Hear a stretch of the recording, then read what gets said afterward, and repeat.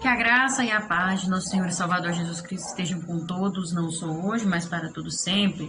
Que alegria estarmos aqui para iniciarmos mais um trimestre para a honra e glória do Senhor. Iniciando aí o quarto trimestre de 2022, né? Eu sou a Kellen Cristina, professora da Escola Bíblica Dominical, congrego na Igreja Assembleia de Deus Madureira, Campo de Turvânio. Meu pastor-presidente é o pastor Uida Marcos Leite Oliveira e a sua esposa, a pastora Arlene Gonçalves.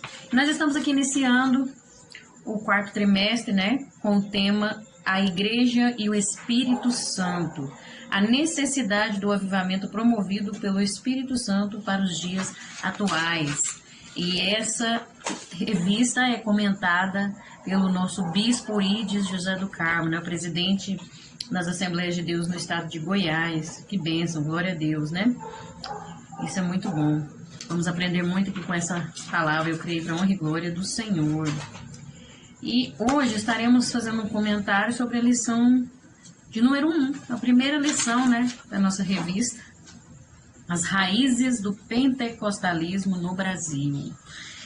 É uma lição muito boa, de grande aprendizado, né, falando da história do Pentecostes aqui no Brasil, também um pouco no mundo, né, nós vamos aprender muito.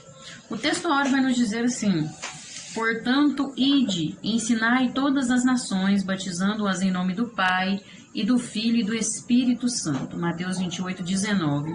A verdade aplicada nos diz: até que Cristo venha, o discípulo de Cristo precisa continuamente buscar renovação e manter-se dependente da ação do Espírito Santo. Os objetivos da lição são estes: mostrar a relevância do pentecostalismo na igreja, apresentar a origem do movimento pentecostal e falar sobre a chegada do pentecostalismo no Brasil. Os textos de referência se encontram em João 14, os versículos 16, 17, 18 e 26. Mas eu te aconselho você meditar em todo o capítulo 14 de João, porque é um capítulo maravilhoso, né, onde Jesus fala muito ao nosso coração, e para ter uma melhor compreensão, né, um aprendizado com a palavra de Deus. Mas vamos ler aqui o que está disponível para nós, né? E eu rogarei ao Pai, e Ele vos dará outro Consolador, para que fique convosco para sempre. O Espírito da verdade, que o mundo não pode receber, porque não o vê nem o conhece, mas vós o conheceis, porque habita convosco e estará em vós. Não vos deixarei órfãos, voltarei para vós. Mas aquele Consolador, o Espírito Santo, que o Pai enviará em meu nome, ele vos ensinará todas as coisas e vos fará lembrar de tudo quanto vos tenho dito. Amém? Glória a Deus. É importante também você estar meditando nas leituras complementares, né? Na nossa revista tem aí uma leitura para cada dia da semana, né? É importante meditar, ver as referências aí, tudo, e fazer um estudo, sempre orando e pedindo a Deus a compreensão da palavra dele, né? O motivo de oração aqui, que nós vamos estar orando neste momento, é que nós oremos para que as nossas igrejas cultivem a essência do verdadeiro pentecostalismo. Vamos estar orando neste momento e pedindo a Deus que nos abençoe em mais essa temporada aí de aprendizado com essas lições maravilhosas. Amém? Senhor, meu Deus e eterno Pai, neste momento agora, diante da Tua presença, eu te agradeço por todos os benefícios, pela Tua misericórdia, pela Tua graça, pela oportunidade de estar aqui, Senhor, aprendendo mais e mais da Tua palavra e ensinando, transmitindo essa mensagem. É um privilégio muito grande que eu não mereço, mas o Senhor é misericordioso. Obrigada, Senhor, por todas essas pessoas que têm acompanhado, que estão assistindo esses vídeos, que essas vidas possam ser alcançadas por essa palavra, que essa palavra que vá de encontro e faça uma obra, porque não sou eu que faz, Senhor, mas é o Senhor, é a Tua palavra que transforma, que restaura. Então, que possa isso acontecer na vida dessas pessoas em nome de Jesus. Eu peço que o Senhor abençoe as nossas igrejas, no Brasil e no mundo, meu Deus. Que as nossas igrejas, o povo, a igreja lavada e remida no sangue do Cordeiro, possa estar cultivando a essência do que é o verdadeiro pentecostalismo, o verdadeiro Pentecoste, de acordo com a Tua palavra, aquele que nasceu no Teu coração, Senhor, que esteja crescendo no meio do Teu povo.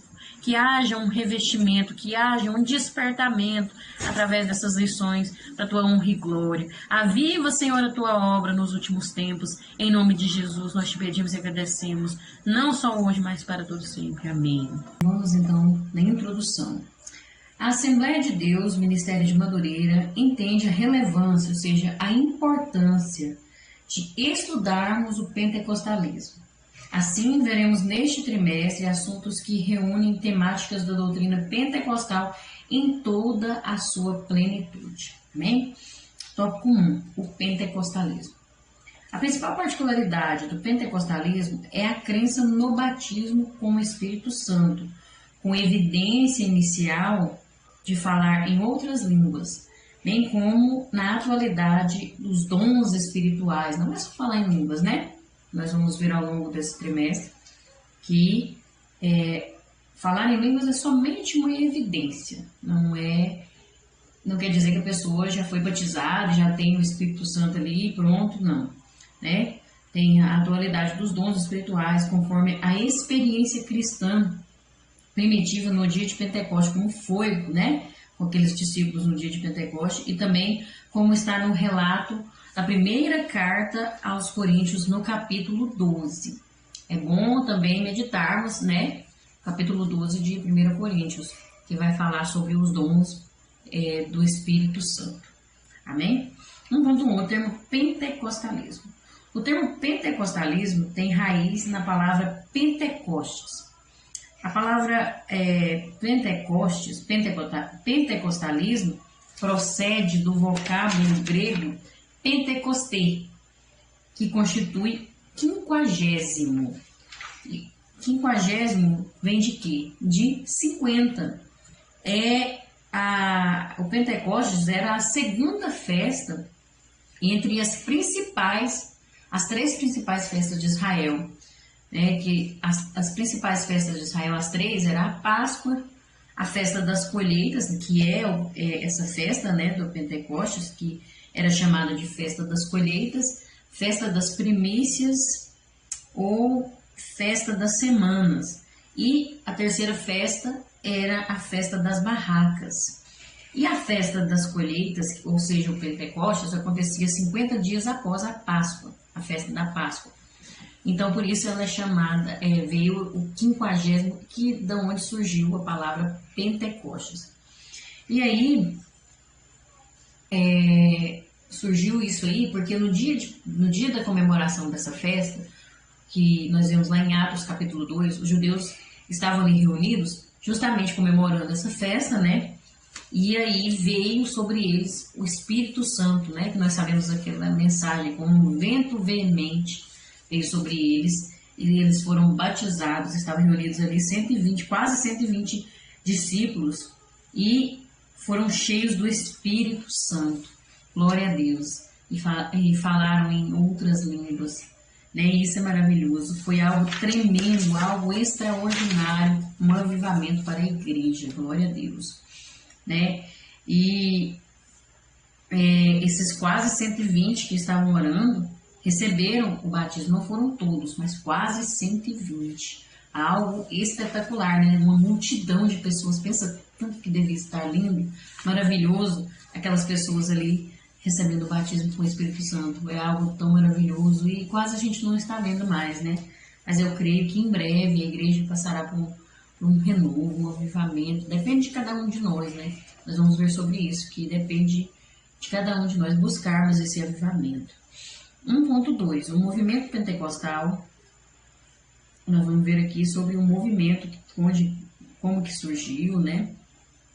E aqui vai dizer, entre os numerosos movimentos de renovação e avivamento que apareceram ao longo dos anos entre os cristãos, destaca-se por sua abrangência o movimento pentecostal no início do século XX. Um movimento que alcançou o mundo todo, não só no Brasil, mas no mundo, nós vamos ver. E nós vemos na história da igreja, podemos observar nitidamente que Deus sempre reavivou, né, a sua igreja em várias ocasiões diferentes.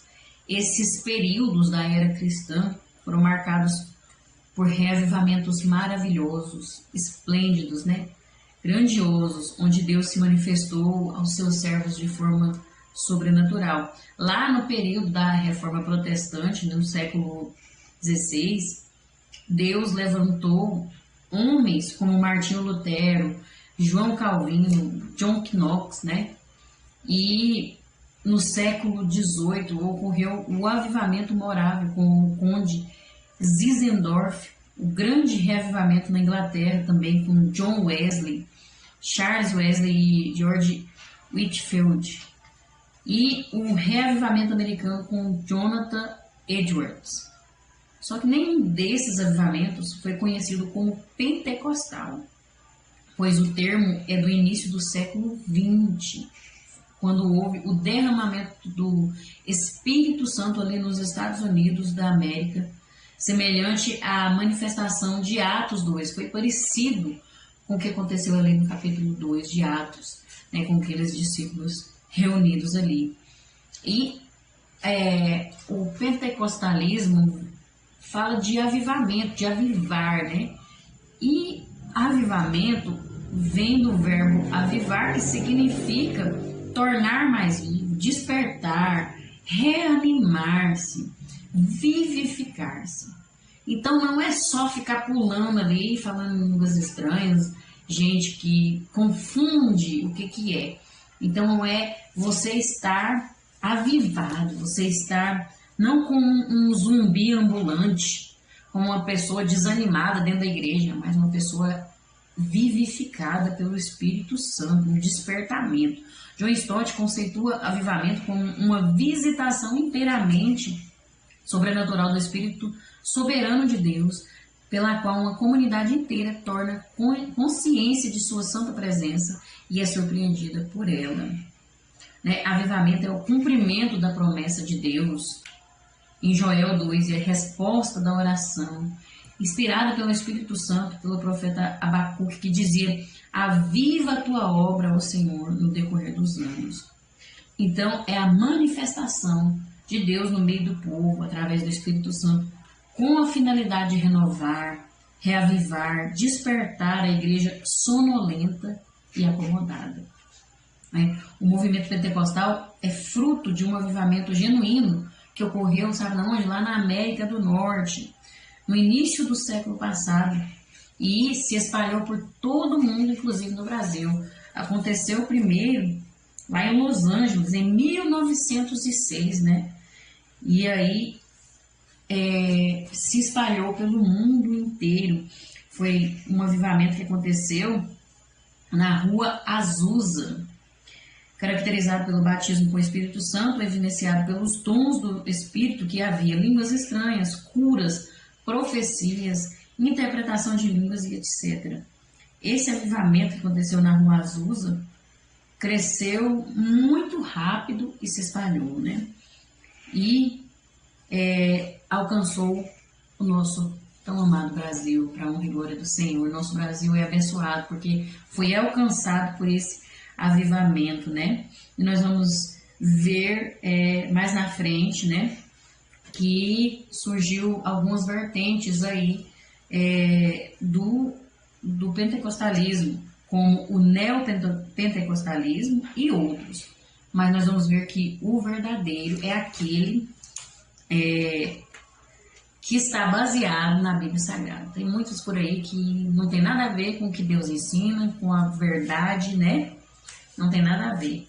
E aí nós vamos ver que, a partir dessa compreensão, acreditamos que tratar essa temática é de suma importância para os crentes pentecostais, pois o movimento pentecostal tem atestado que a Igreja de Cristo não é um simples ornamento, mas é um organismo vivo. A palavra de Deus fala que nós somos templo do Espírito Santo, nós somos membros do corpo de Cristo. E não é simplesmente uma casa, não é simplesmente uma construção, um templo belo, mas nós somos a morada do Espírito Santo e nós não devemos acomodar, ficar estagnados, paralisados, nós devemos estar em movimento, ou seja, crescendo na graça e no conhecimento, né? Ter atitude de pentecostal mesmo, né? Crente animado, avivado, não é desanimado, não é parecendo um morto-vivo na igreja, não. Pelo amor de Deus, misericórdia, né? Por isso que vai ser muito importante esse tema aqui, né? E mesmo que o pentecostalismo possua muita coisa comum com outras denominações evangélicas, né? Outras vertentes, ele apresenta um vívido testemunho da obra do Espírito Santo na vida e na missão da igreja. Tem um fruto, tem a manifestação dos dons, não é de qualquer maneira, não é bagunçado, não. Nós vamos ver sobre isso mais na frente, não vou me aprofundar aqui. 1.3. O verdadeiro pentecostalismo. A Bíblia construiu uma sólida evidência sobre o verdadeiro pentecostalismo. Nós, pentecostais, somos reconhecidos por nossos relacionamentos e experiências com a manifestação do Espírito Santo. Assim, presenciamos essas manifestações através dos seus dons e amostras, como a glossolalia. Glossolalia. O que é isso, Maquia? Meu Deus, que nome é esse? Glossolalia, eu não sei se eu estou lendo certo, glossolalia ou glossolalia, é a capacidade de falar em línguas estranhas. Quando a gente fala uma língua diferente, a língua dos anjos, né? É a capacidade que Deus dá, que o Espírito Santo dá. E também a manifestação de profecias, as curas divinas e as diferentes operações de maravilhas. Isso né, as manifestações do pentecostalismo. Nós, do Ministério de Madureira, né, que nós somos, entendemos que a Bíblia, em sua construção narrativa, deve ser a única regra de fé, sendo aceita como a inspirada e inerrante palavra de Deus. Então, o que quer dizer? Tem que começar com base bíblica, tem que ter base bíblica, né? Porque na palavra de Deus é que está a verdade, é a única verdade que existe. Então, se você vê alguma coisa, alguma vertente aí, alguma coisa que diz que é Pentecoste, mas está fora da Bíblia, então vaza fora, repreende em nome de Jesus. Porque a palavra de Deus, ela nos evidencia de maneira única como manter e conservar a sã doutrina e não abrirmos mão dos dons espirituais, pois fazem a diferença no cumprimento do ID do Senhor e na edificação da igreja. A igreja não é edificada só com línguas estranhas. A igreja é edificada com dons ministeriais, com os dons do Espírito Santo, com os dons espirituais. Isso que faz a diferença. Não é ficar pulando e rodando na igreja, ficando profetizando teologia da prosperidade ali no meio da igreja, tendo isso. Não é isso, não. Misericórdia. Isso aí faz a igreja adoecer. Então tem que observar, né? Observar a palavra de Deus. Primeiramente, nós acreditamos e nos comprometemos com a fé pentecostal. Nós acreditamos. Eu acredito verdadeiramente no batismo com o Espírito Santo, no falar em línguas, nas curas, né? Nas profecias, nos dons do Espírito Santo. Eu acredito e eu me comprometo com isso. Mas é preciso haver compreensão conceituada, produzida e conhecida e entendida entre o povo pentecostal. Então tem que haver uma compreensão bíblica.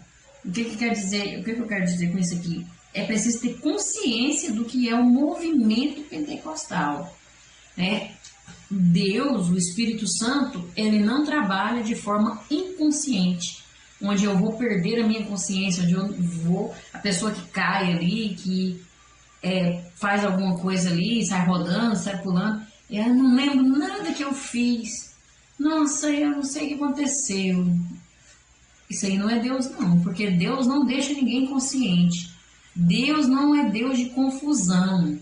Ele é um Deus muito sério, responsável, comprometido, e tudo tem que ter ordem e decência. Você acha que quando a pessoa cai, machuca, ou sai rodando, mandando a mão nas coisas e derrubando, atropelando o banco, Deus está nisso? Não, Deus não está. Então tem que ser com consciência, razão, não com a emoção, mas com a razão. Você sabe o que você está fazendo, você tem o controle de si mesmo, não é descontrolado, não. Isso é o Espírito Santo, isso é movimento pentecostal. E tem profecia sim, tem línguas estranhas, tem cura, tem milagre, mas tudo com consciência, não é parecendo assim que a pessoa saiu de si, né? E foi outra coisa que entrou nela, aí já é o diabo. Porque quando a pessoa perde a consciência, quando a pessoa fica num transe lá, assim, sem fora de si, é o diabo que está na vida da pessoa. Porque o diabo que faz a pessoa perder a consciência. Então tem que ter muita sabedoria aí, né? E nós vamos aprender muito com essas lições em nome de Jesus. Amém? No tópico 2, nós vamos ver o movimento pentecostal. É inquestionavelmente aceito por todos os pentecostais que o movimento pentecostal, ocorrido no início do século XX, na Rua Azul, em Los Angeles, Califórnia, em 1906, como nós já vimos, né? Foi um relevante, importantíssimo agente que difundiu a chama do Espírito Santo pelo mundo. Assim como foi com a igreja primitiva. Nós vemos a história ali em Atos capítulo 2, né? Nessa igreja, a lei de Atos, né? A igreja primitiva, cada um que se convertia transformava-se em missionário, levando a chama pentecostal para outras cidades e nações, assim como foi ocorrido no Brasil. Né? O Pentecoste que aconteceu ali, né? O movimento pentecostal que aconteceu ali em Los Angeles foi se espalhando e cada um que recebia essa mensagem transformava-se em um missionário e levava adiante, cumpria o ID de Jesus. Olha que maravilhoso, né? Nós podemos agradecer a Deus por isso. 2.1. Deus envia os suecos Daniel Berg e Gunnar Wingren ao Brasil. O começo do ministério assembleiano no Brasil ocorreu através de dois homens cheios do Espírito Santo. A história mostra que os missionários suecos Daniel Berg e Gunnar Wingren chegaram ao solo brasileiro após receberem palavra profética enquanto estavam nos Estados Unidos, de que deveriam ir para o Pará, né, o estado do Pará.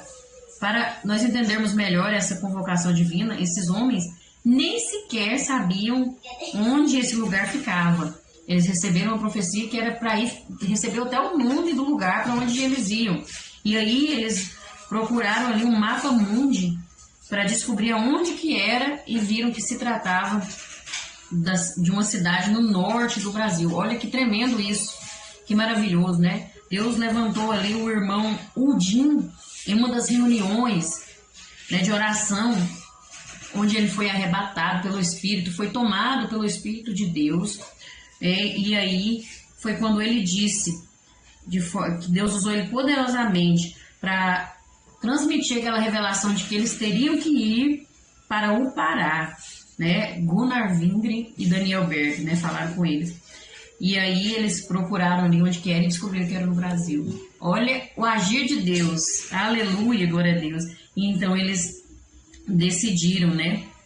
O Espírito Santo não se enganou, né? Não lhes enganou sobre a situação deste lugar, porque Deus usou aquele missionário, aquele homem de Deus, o irmão Udim, Deus usou para falar com eles que no Pará era um local simples e que eles deveriam ensinar os fundamentos da doutrina de Cristo àquele povo, que eles iriam passar por momentos difíceis, a comida era simples, não seria fácil, mas que Deus cuidaria deles. E foi justamente isso que aconteceu. Deus cumpriu com a sua palavra. Olha que tremendo isso, glória a Deus. No 2.2, o movimento pentecostal nos Estados Unidos e sua influência no Brasil. Os numerosos estudos feitos sobre o tema colaboram, né, que a história das Assembleias de Deus no Brasil está conectada com o movimento pentecostal ocorrido nos Estados Unidos e de lá se alastrou pelo mundo, chegando no Brasil, no estado do Pará, e mais tarde incendiaria todo o território nacional com a mensagem do Evangelho pentecostal, de que Jesus batiza com o Espírito Santo. E também cura, e em breve voltará nos ares para buscar a sua igreja santa e redimida. Aleluia, glória a Deus. Olha que maravilhoso, né? Começou ali nos Estados Unidos e veio até nós. A misericórdia de Deus para conosco muito grande, né? Em 1910, né? Nós vamos ver mais na frente um pouco mais sobre essa história, no tópico 3, mas foi em 1910, né? Quando aqueles dois homens foram tocados e chegaram ali no Pará e começaram então uma obra missionária e fundaram então a Igreja Assembleia de Deus. Oh, aleluia! Olha, rapidamente a chama do Espírito Santo espalhou-se, contagiando a todos os que se colocaram à disposição de Deus, e muitos grupos foram formados por todos os Estados Unidos, isso falando dos Estados Unidos. Em Chicago, igrejas de quase todas as denominações foram alçadas por esse despertamento espiritual, tornando a cidade um centro do movimento pentecostal dos Estados Unidos, e foi em Chicago também, em uma conferência pentecostal realizada no ano de 1909, que os jovens suecos Gunnar Wigren e Daniel Berg se conheceram. Se você pesquisar, você vai ver a história deles, sabe? A história desses dois homens de Deus. O Gunnar Wigren já era um pastor, né? E Deus usava ele tremendamente. Ele passou por uma história assim muito bonita de uma obra missionária. Ele tinha uma chama missionária em seu coração. Ele tinha o desejo de anunciar o evangelho, né? E então eles saíram assim fazendo a obra. Ele dirigia igrejas. Aí tem uma história lá, não vou aprofundar aqui porque senão toma muito tempo, mas é muito bonita a história deles, e eles se encontraram então e trocaram ideias ali e viram que eles tinham o mesmo desejo, a mesma chama, tinha uma comunhão entre eles, né, do chamado missionário que havia sobre a vida deles. E então eles recebem o batismo com o Espírito Santo numa dessas palestras, numa dessas conferências, e então Deus vai conduzindo a vida deles para que seja feita a vontade de Deus. Inclusive o Daniel Berg, ele pede conta do seu trabalho, que ele trabalhava, né? Tinha o seu emprego e queria fazer missões no Brasil, né? Aí os seus patrões falaram para ele que não, que ele poderia fazer missão ali onde ele estava, né? Naquela cidade. Mas ele sentia no coração, sabia que era no Brasil, que era onde Deus tinha falado com eles, né? Através daquele irmão que nós já vimos aqui, irmão, como é o nome dele? Udin. E Deus já tinha usado esse irmão para falar poderosamente com eles, né? Então ele tinha certeza do seu chamado, ardia no coração, e ele não abriu mão do seu emprego, renunciou às coisas deste mundo para fazer a vontade de Deus, para cumprir o chamado de Deus para a vida dele. Isso é maravilhoso, né? Isso serve de exemplo para nós, né? Que possamos também aprender com esses irmãos, com esses pioneiros, né? Do Pentecostes, do movimento pentecostal aqui no nosso Brasil, os fundadores da nossa Igreja Assembleia de Deus. No 2.3, o movimento pentecostal em solo brasileiro. Há mais de 100 anos que o movimento pentecostal se instalou em solo brasileiro e tem a Assembleia de Deus como uma das principais representantes no Brasil e no mundo. Temos a certeza de que o Espírito Santo foi derramado sobre este ministério para impulsioná-lo, encorajá-lo, guiá-lo e capacitá-lo no exercício da pregação do Evangelho. Olha que maravilhoso. A Assembleia de Deus é uma denominação respeitada, né, e reconhecida no Brasil e no mundo. Temos igrejas, inclusive, fora, né, no exterior também. E ela se desenvolveu de maneira respeitável em seus começos e mantém na atualidade firmeza, zelo, importância na sociedade, como uma igreja legítima e atuante onde está implantada. É uma igreja que tem raiz, né? A Assembleia de Deus. Mas ela só progrediu expandindo em solo brasileiro, esse progresso só veio porque o Espírito Santo capacitou os primeiros missionários, assim como tantos outros levantados por ele próprio para fazer parte deste trabalho. Foi o Senhor, foi o Espírito Santo. E mais importante do que ter importância na sociedade é cumprir com o ID de Jesus. A igreja, a Assembleia de Deus, através desses missionários, né, quantas vidas foram conquistadas, quantas almas foram salvas através das mensagens, né, deste trabalho, da ousadia, da coragem de grandes homens e mulheres de Deus que se levantaram, e cumpriram o ID de Jesus. Isso é muito importante, né? E hoje nós vemos que, infelizmente, muitos estão desanimados, estão acomodados, estão se conformando com este mundo, né? Mais de 100 anos de história. Nós não podemos deixar a chama do Espírito Santo se apagar em nossas vidas. Nós temos que dar continuidade a essa história, cumprir com o ID de Jesus e lembrar que nós precisamos do Senhor.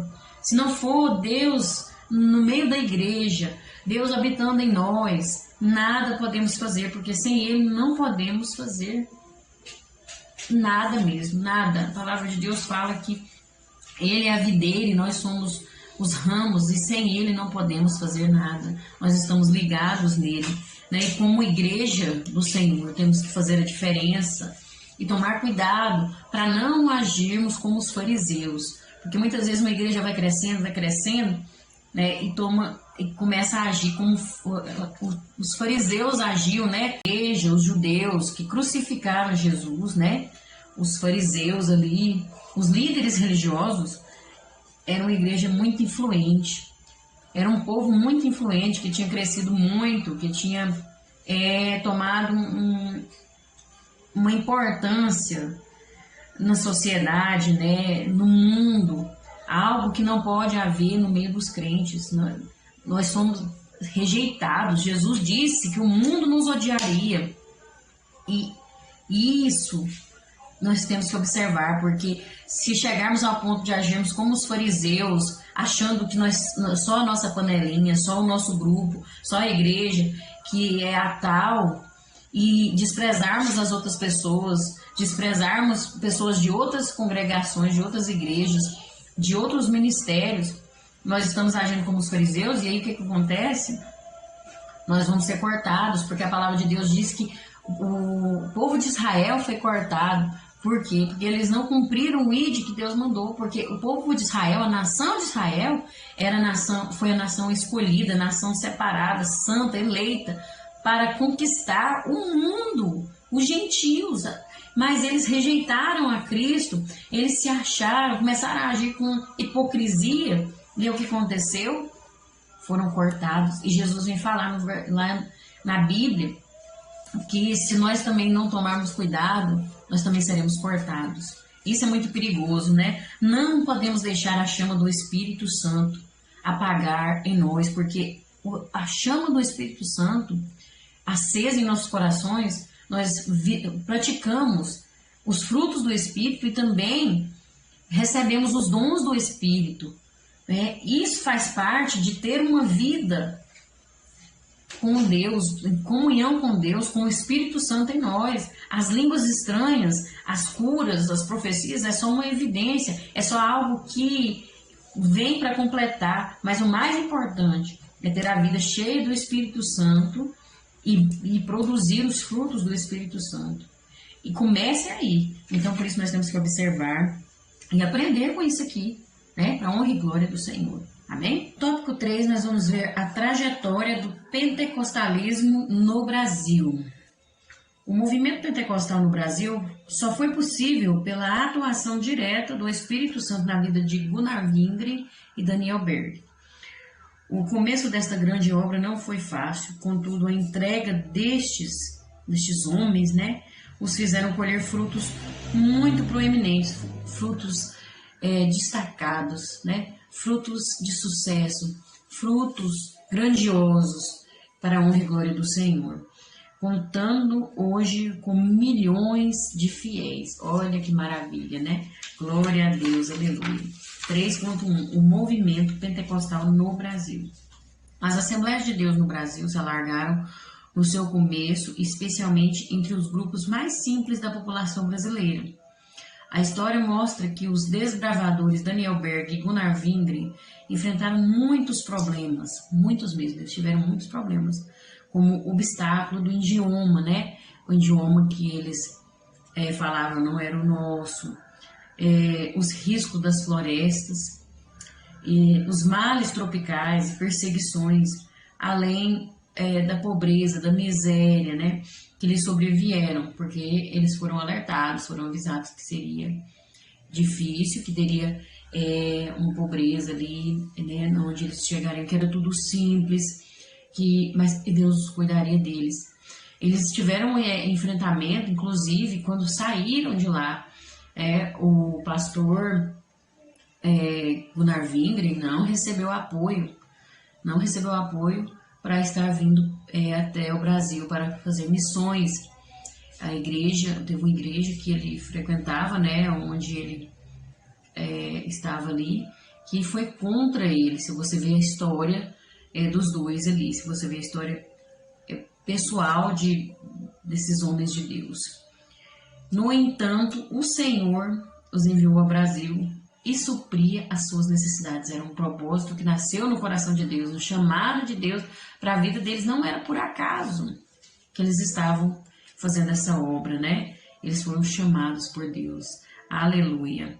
O movimento teve início em 1911, né, no Brasil, e deu origem à Assembleia de Deus, né? Eles primeiro foram para a Igreja Batista e depois fundaram então a Igreja Assembleia de Deus, né? Deram esse nome, e daí, né, surgiu muitas outras igrejas, nós vamos ver mais na frente nas lições, outros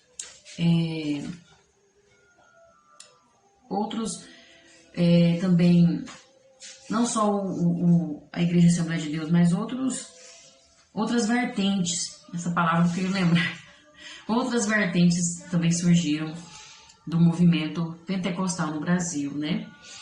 E aí nós vamos estudar sobre esses movimentos. E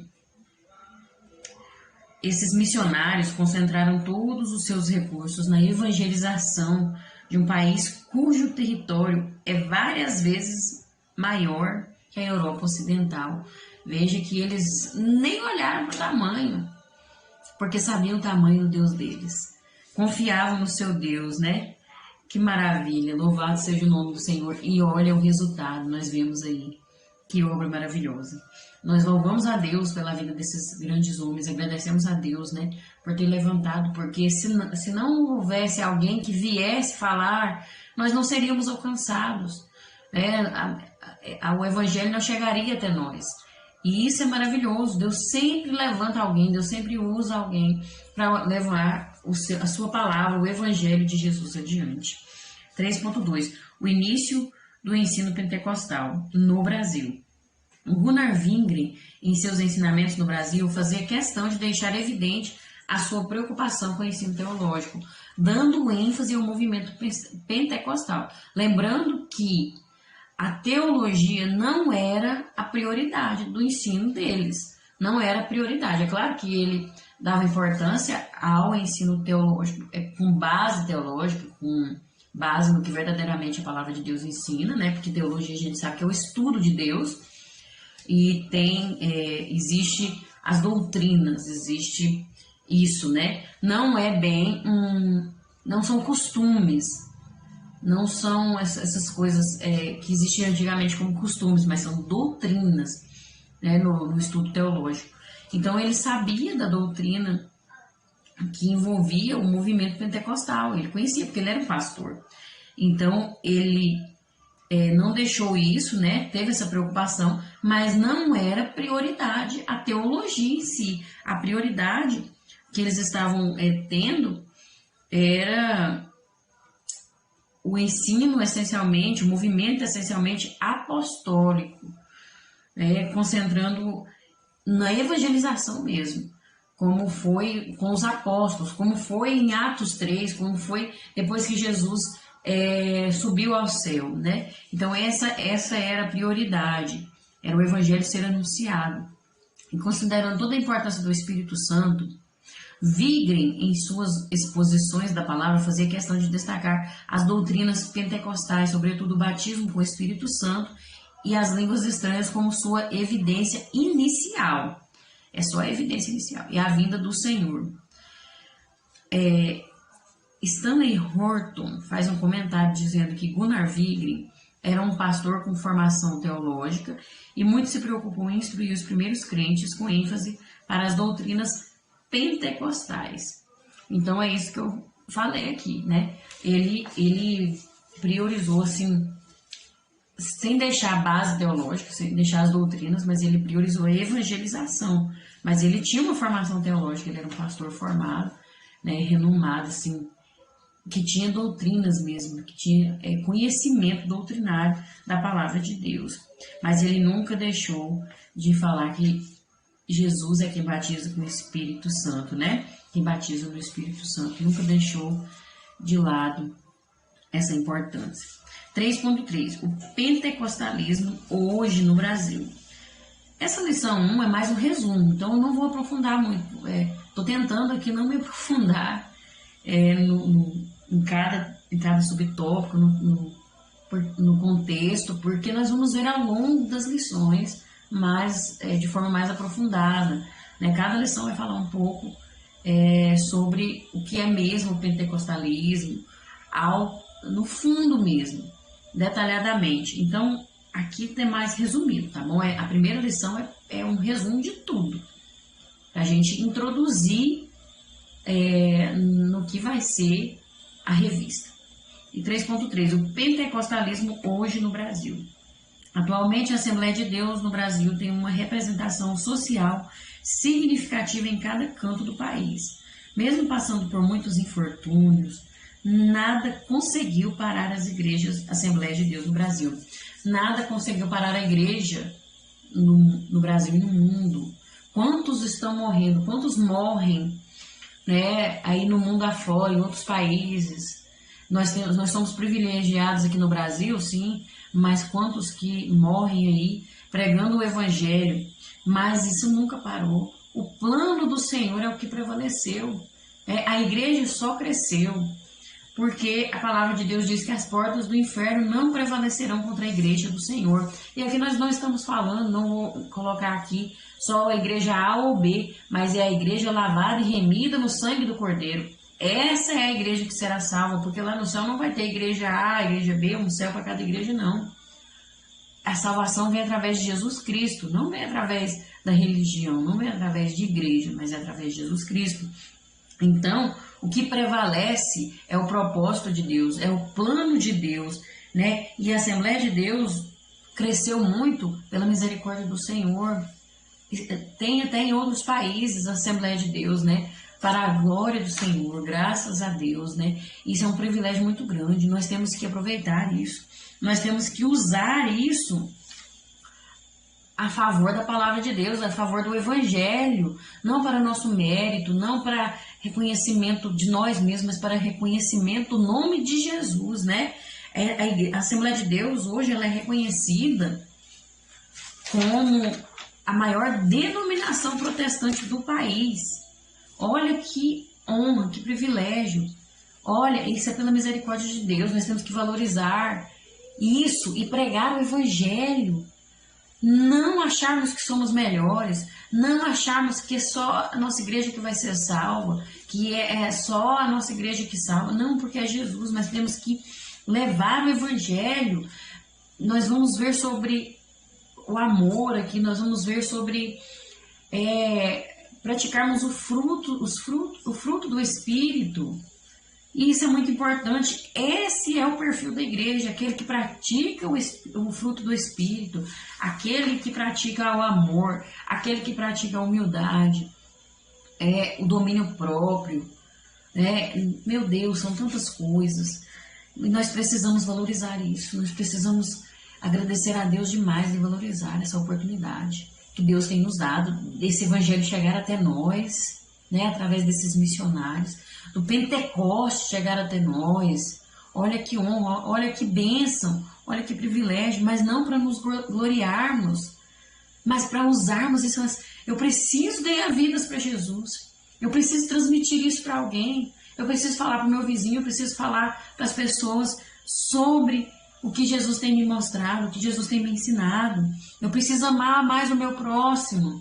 É disso que nós precisamos, é isso que nós precisamos aprender e praticar, né? Aqui vai dizer que fontes documentais nos fazem ver que o movimento se consolidou no Brasil com o desenvolvimento da EBD, Escola Bíblica Dominical, né? Que maravilha, olha que bênção, que se preocupou em oferecer literaturas que se preocupavam em enfatizar o pentecostalismo sem abdicar fundamentalmente das linhas históricas do movimento, né? Stanley Horton vai dizer que o que mais influenciou a formação teológica dos obreiros pentecostais no Brasil foi a criação das escolas bíblicas para a divulgação do ensino teológico, né? O aprendizado da palavra. A escola bíblica é um aprendizado maravilhoso da palavra de Deus. Não podemos abrir mão. É muito importante. Uma igreja sem escola bíblica é uma igreja fraca, uma igreja raquítica, uma igreja doente, mas é preciso aprender e praticar também, né? Não se tem uma data precisa de quando as aulas da escola bíblica tiverem início. Pode-se assim dizer que as escolas bíblicas desempenharam um papel decisivo na estruturação teológica do movimento pentecostal no Brasil. Nós sabemos que surgiu no Brasil por volta de 1855, né? Através dos missionários escoceses Robert e Sarah Calley. Foram eles que trouxeram, né, fundaram a escola bíblica aqui no Brasil. Que maravilha, né? Por volta de 1855 está aí cada vez crescendo, se desenvolvendo, né? A escola bíblica é algo muito importante, né? É um aprendizado que não se pode deixar de ter. E é um marco da Assembleia de Deus, né? Graças a Deus por isso, que possamos aproveitar, né? Esse privilégio, essa bênção que Deus nos concede. Muitos estão deixando de frequentar a escola bíblica, muitos estão deixando de lado, né, os cultos de ensino, estão correndo atrás de milagres, sendo que a palavra de Deus fala que os milagres seguirão aqueles que creem, né? Não é nós que corremos atrás, os milagres que têm que nos seguir. E deixar de frequentar os cultos de ensino e a escola bíblica é prejudicial para a vida do crente. E nós temos que rever isso aí. Como que está, né? Aonde nós estamos colocando mais a nossa atenção, nosso coração. Precisamos observar isso aí. É muito importante frequentarmos esses cultos. Em nome de Jesus, amém? E praticar, né? Porque não adianta ouvir e não praticar. E para concluir, né? O estudo da história deve ir além do conhecimento teórico, né? Deve despertar em nós a vontade de sermos cheios do Espírito Santo, para que não sejamos afetados pela indiferença e frieza espiritual, meu Deus, que avançam à medida que se aproxima o fim de todas as coisas, né? A palavra de Deus fala que no fim dos tempos muitos iriam se apostatar, se acomodar, né? O amor de muitos se esfriaria, mas a Bíblia é bem clara quando diz que é de muitos, não é de todos.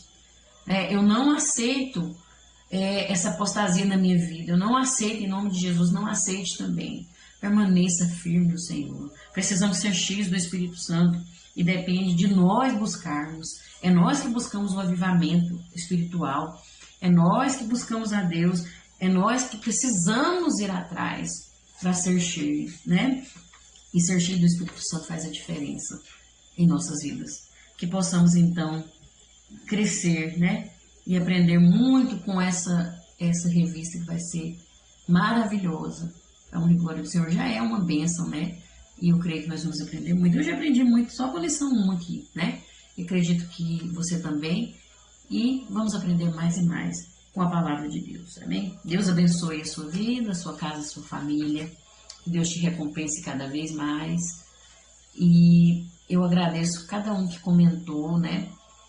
Cada um que curtiu, que compartilhou, que se inscreveu nesse canal. O irmão Flávio, né? Presbítero Flávio, ele comentou aí, né? Que Deus abençoe. Presbítero Flávio também tem um canal, né? Aí no YouTube. E ele é aqui da nossa igreja. Que Deus abençoe você, Presbítero Flávio, e todos que têm aí participado. E principalmente você que está assistindo até o final, que tem me suportado aí. Não é fácil, né? Mas que Deus te recompense em nome de Jesus. E você que tem orado, que Deus te recompense também. eu tenho orado daqui por vocês aí. E vocês continuem orando em nome de Jesus. Deus te conhece, né? Não precisa Deus saber quem que é que está assistindo, quem que é que está orando. Porque Deus, Ele te conhece. E eu apresento a sua vida para Deus todas as vezes que eu estou orando em nome de Jesus. E até a próxima, se Deus assim nos permitir. E se Jesus não tiver voltado, porque Ele vai voltar. Amém? Fiquem com Deus.